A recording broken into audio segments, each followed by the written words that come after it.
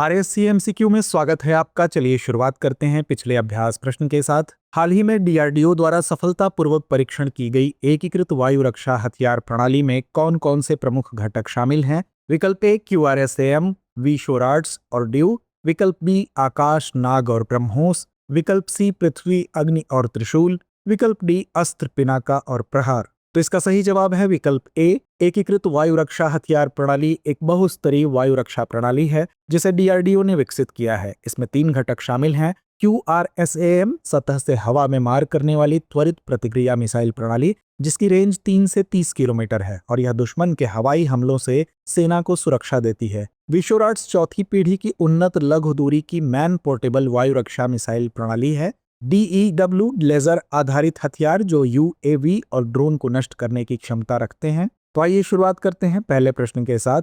भूख संकट की गंभीरता मापने की मुख्य वैश्विक प्रणाली कौन सी है? विकल्प ए FAO स्केल। विकल्प बी वैश्विक भूखमरी सूचकांक। विकल्प सी एकीकृत खाद्य सुरक्षा चरण वर्गीकरण। विकल्प डी विश्व खाद्य सुरक्षा सूचकांक। तो इसका सही जवाब है विकल्प सी एकीकृत खाद्य सुरक्षा चरण वर्गीकरण यानी IPC एक स्वतंत्र वैश्विक प्रणाली है जिसे पश्चिमी देशों द्वारा वित्त पोषित किया जाता है और यह भूख संकट की गंभीरता मापने की मुख्य मान्यता प्राप्त प्रणाली है। इसका उद्देश्य समय रहते खतरे से बचाव और संगठनों व सरकार को अकाल तथा भूखमरी जैसी स्थितियों से निपटने में मदद करना है। IPC खाद्य असुरक्षा को 5 चरणों में वर्गीकृत करता है जिसमें चरण 5 सबसे गंभीर आपदा अकाल स्थिति को दर्शाता है। भारत और थाईलैंड के बीच आयोजित संयुक्त सैन्य अभ्यास का नाम क्या है? विकल्प ए युद्धाभ्यास। विकल्प बी मैत्री।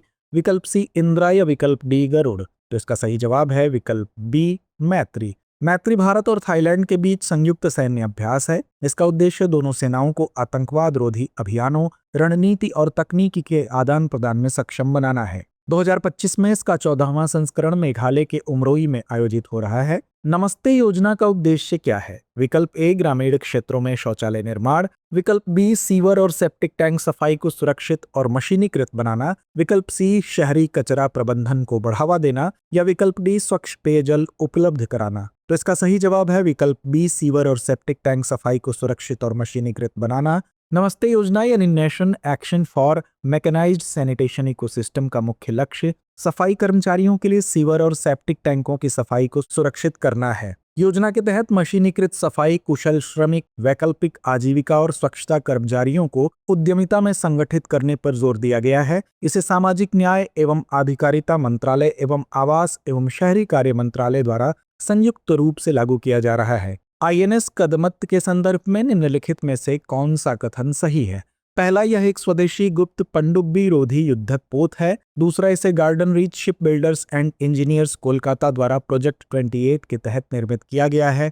तीसरा, इसे जनवरी 2016 में भारतीय नौसेना में शामिल किया गया है। चौथा, इसका नाम अंडमान द्वीप समूह के कदमत द्वीप पर रखा गया है। उपर्युक्त में से कौन सा या से विकल्प सही है या है? विकल्प ए केवल 1 और 2। विकल्प बी केवल 1, 2 और 3। विकल्प सी केवल 2, 3 और 4 या विकल्प डी 1, 2, 3 और 4। तो इसका सही जवाब है विकल्प बी यानी 1, 2 और 3। INS कदमत एक स्वदेशी गुप्त पनडुब्बी रोधी युद्धक पोत है। इसे कोलकाता स्थित garden ship builders and engineers ने प्रोजेक्ट 28 के तहत बनाया है। इसे जनवरी 2016 में भारतीय नौसेना में शामिल किया गया है। इसका नाम लक्षद्वीप समूह के कदमत द्वीप पर रखा गया है। तो आइए अंत में नोट करते हैं आज का अभ्यास प्रश्न। हाल ही में किस टाइगर रिजर्व में जुगनुओं की 8 प्रजातियां पाई गई हैं? विकल्प ए मुदुमलाई टाइगर रिजर्व। विकल्प बी अनामलाई टाइगर रिजर्व। विकल्प सी पेरियार टाइगर रिजर्व या विकल्प डी नागरहोल टाइगर रिजर्व। तो इस प्रश्न का जवाब कमेंट बॉक्स में देना ना भूलें। धन्यवाद।